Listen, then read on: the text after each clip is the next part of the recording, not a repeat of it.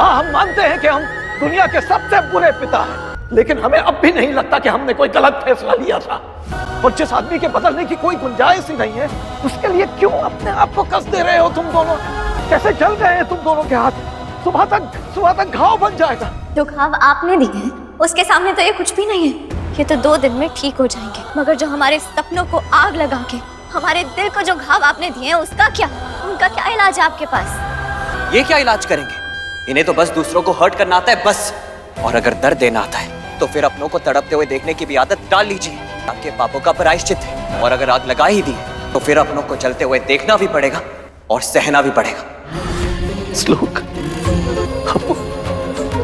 हम तो जानते हैं महादेव, हमारी मनसा बच्चों को दुखी करने की नहीं है। हम तो बस उन दोनों के अच्छे भविष्य के लिए चिंतित हैं। अरे क्या कर रहा है? इन किताबों को ऐसे नहीं जलाते। अपुलिना श्लोक की शादी हो गई है, गृह प्रवेश भी हो गया और हम देख रहे हैं कि गिरधर शुक्ला भाई बात करने को तैयार नहीं है। वो अप्पू से मुंह फेर लेते हैं, बोलते हैं कि मुझे तो इस लड़की से बात भी नहीं करनी, मुझे इनके घर भी नहीं आना है। और अब देखेंगे कि भाई जब उसके सामने ये सच आएगा कि उसने सिर्फ उसके लिए इतना बड़ा बलिदान दिया है तो क्या होगा।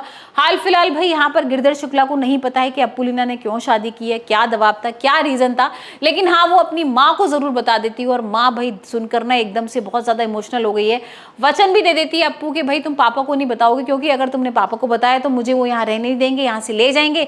और यहाँ से अगर ले गए तो भाई महादेव अंकल दोबारा से कोई केस ऐसा लगा देंगे और यहाँ पर भाई उनको जेल में बंद कर दिया जाएगा। तो मैं नहीं चाहती कि पापा जेल में रहें और मैं ये चाहती हूँ कि पापा खुश रहें। तो उन्हीं के लिए भाई ये सारी चीजें कर रही हूँ। और यहाँ पर भाई उसने अपना फ्यूचर दाव पे लगा दिया, मतलब उसका जो सपना था एस्ट्रोनॉट बनने का भाई वो तो उसने बिल्कुल ही खत्म कर दिया ना।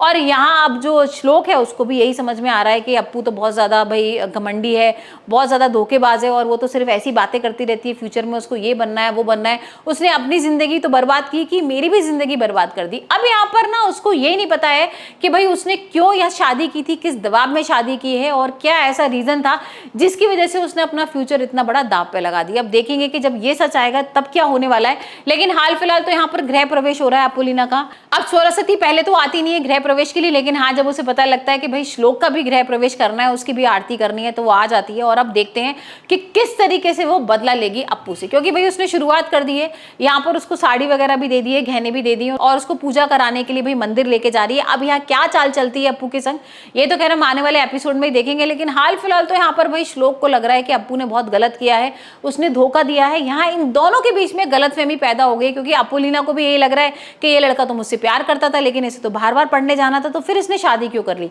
उसको ये सच नहीं पता है कि सिर्फ उसकी माँ के कहने पर उसने शादी की है। मतलब यहाँ पर उसके पापा ने वचन दिया था कि अगर तुम अप्पू से शादी नहीं करोगे तो मैं तुम्हारी माँ को छोड़ दूंगा। तो और पता ही है कि श्लोक अपनी माँ से कितना प्यार करता है।